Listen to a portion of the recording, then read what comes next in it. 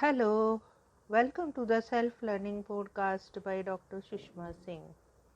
Let us start discussion on Unit 6, Philosophy of Social Science.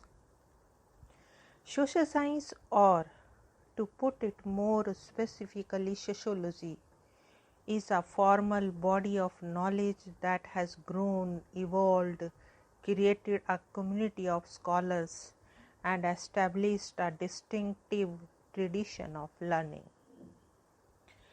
This is possible because it has a method, a set of principles or guidelines for observing the social reality and constructing a systematic body of knowledge.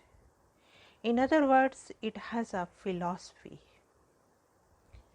We can make out that here we are using the word philosophy not in the metaphysical or spiritual sense of the term. By philosophy, we mean a way of seeing and observing, a way of thinking, arguing, and arriving at truth.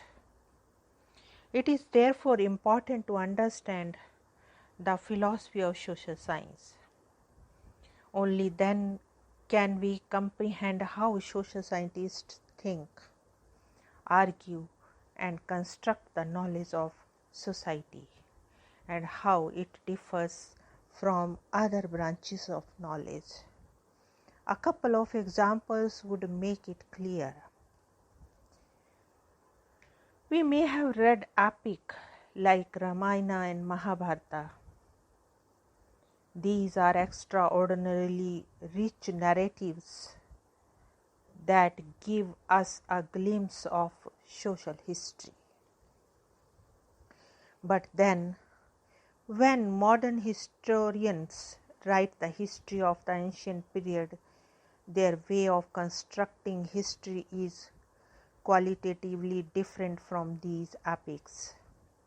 They may have used these epics as possible sources, but they are not storytellers. Their goal is not to adore, glorify, or condemn certain characters or mythologies the past. They seek to remain neutral, rely on all possible facts, and write about the politico-economic life, social formulation, tools and technologies used in the given period. Modern history, it is therefore argued, is not fiction or a narrative or mythical account. Instead, it is a kind of science based on hard facts, empirical evidences. Likewise, when M.N. Srinivas came forward with the notion of the Sanskritization, a process that indicates how the lower caste emulate the norms, values, practices of the forward castes. It was based on hard empirical evidence.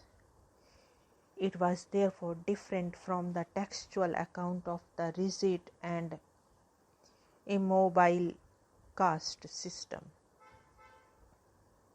In other words, the sociological readings of caste, which is based on a field view, is qualitatively different from the way it is being seen in the scriptures. As a matter of fact, mythologies, folk tales, epics, travelogues, and literature are innumerable sources from which we come to know about the human society. But what give a distinctive identity to modern social science are its philosophy, its method of inquiry, and its ways of acquiring knowledge. No wonder we often say that history is not mythology. cultural anthropology is not travelogue. Sociology is not journalism, and political science is not an election speech. This is not to suggest that mythology and travelogue or journalism and election speeches are domains of falsehood.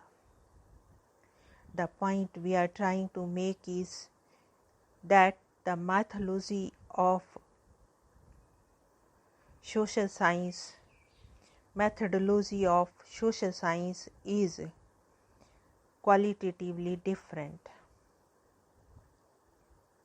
It is a formal, structured body of knowledge having its own technical idioms and vocabulary and distinctive ways of collecting data and arriving at generalization. Social scientists, it is argued, are objective and value neutral. They rely on hard empirical facts, and the social science account is therefore not an ideological, subjective valorization or condemnation of social reality. It is often believed that understanding this methodology is like comprehending the way philosophy of modern science that gave an identity to social science.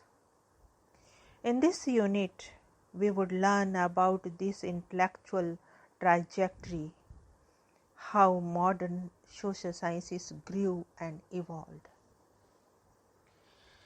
Now let us wind up the session and take rest. Thank you very much for engaging yourself with the Self-Learning podcast.